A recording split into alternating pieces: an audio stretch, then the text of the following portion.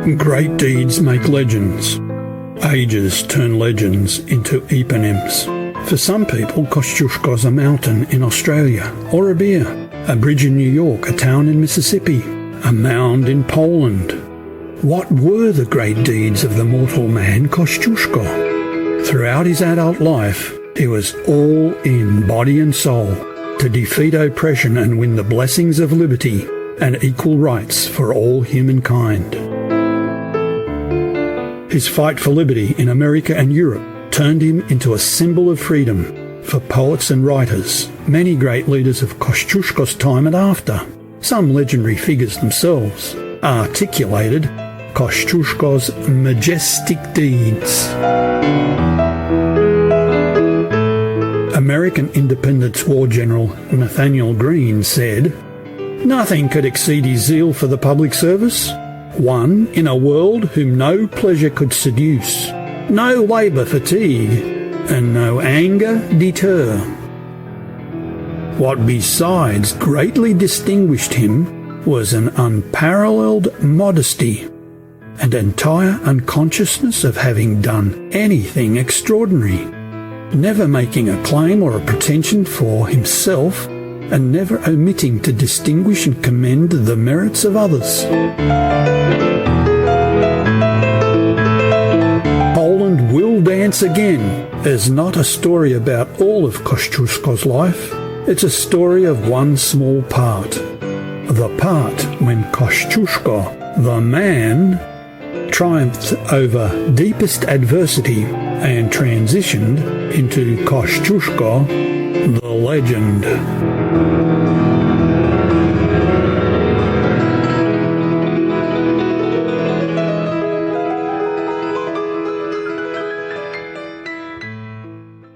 Has the uprising collapsed? What's to come? What's to come? Remember, within every defeat, there is a seed to victory. But how long before this seed bears fruit? Who knows? Perhaps 124 springs.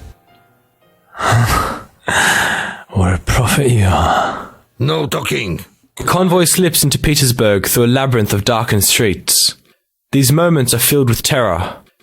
Around 9 in the evening, furtive characters cloaked with disguises arrive. Powerful mitts lift Kosciuszko under the armpits and carry him toward the Neva River. Floe to floe, the breaking ice creaks. They seat Kosciuszko in a covered boat. The oars crackle. Avoiding the ice, the boat recedes from the bank. Niemcewicz, filled with dread, is in the other boat. What fate awaits me? Will they dump me into the icy gulf? They waited an hour. Zotov the butler thought that the Empress was taking a stroll in the winter garden. He looked for her among the jasmine and orange trees. Finally, he opened the door of the toilet and screamed in terror. The ministers ran to him. Niemcewicz wrote afterwards,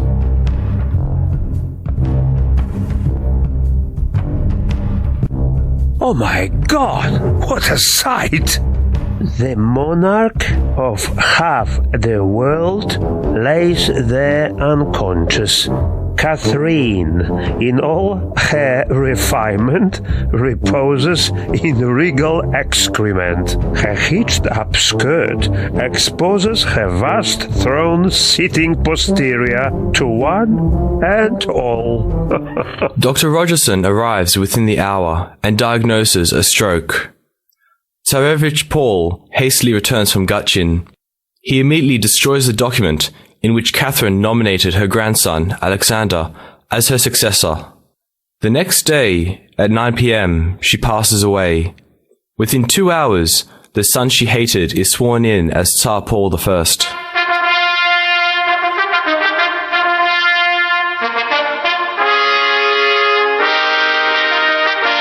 In a spirit of reconciliation, surrounded by his entourage, and accompanied by Tsarevich Alexander, Tsar Paul visits Kosciuszko at the Marble Palace.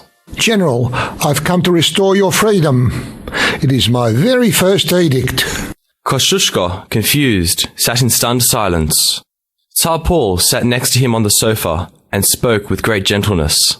I always grieved over your Grace's fate, but during my mother's rule, I couldn't do anything to help. I know you were severely persecuted. Under her rule, all worthy people were persecuted. I was the first in line.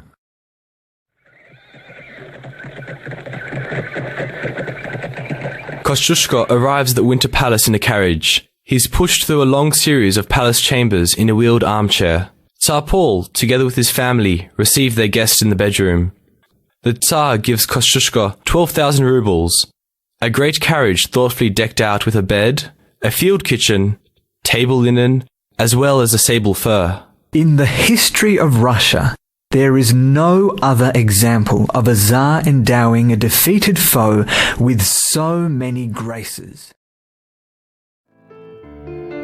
A 6-month journey over land and water awaits Finland, Sweden, and England before they finally set sail from Bristol to Philadelphia.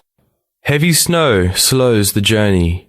The comfortable, large and heavy carriage is pulled by 12 horses.